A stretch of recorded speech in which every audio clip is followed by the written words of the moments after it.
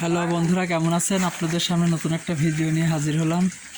আপনারা দেখতে পাচ্ছেন এখানে বিল্ডিংয়ের পানি মলের ট্যাঙ্কির কাজ চলছে, গাঁথনি চলছে। এখানে মলের ট্যাঙ্কির পুরা বিল্ডিংয়ের ব্যাজের কাম হয়ে গেছে, এখন গ্রেড বিমের কাজ হবে।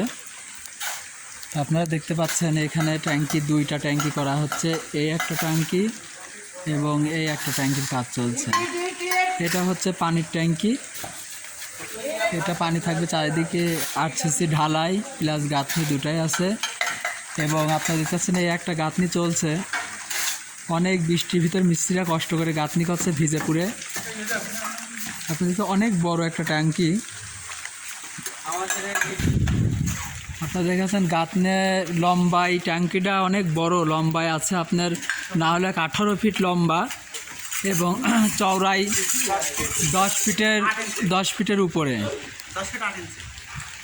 তো অনেক বড় একটা ট্যাঙ্কি আপনারা দেখতে পাচ্ছেন, মলের ট্যাঙ্কি। এবং মলের ট্যাঙ্কির যেভাবে ফুটোটা রাখা হচ্ছে আপনারা খেয়াল করতে পারেন। প্রথমে এই ট্যাঙ্কিটা আসে পড়বে, তারপরে পানি, তারপরে লাস্টে আউট। শেষে 3টা গ্যাপ করা হয়েছে এবং গ্যাপগুলোর ফুটো রাখা হয়েছে আপনারা দেখতে পাচ্ছেন অনেক সুন্দর করে এবং অনেক দক্ষতা মিস্ত্রির দ্বারা এই ট্যাঙ্কিগুলো করা হচ্ছে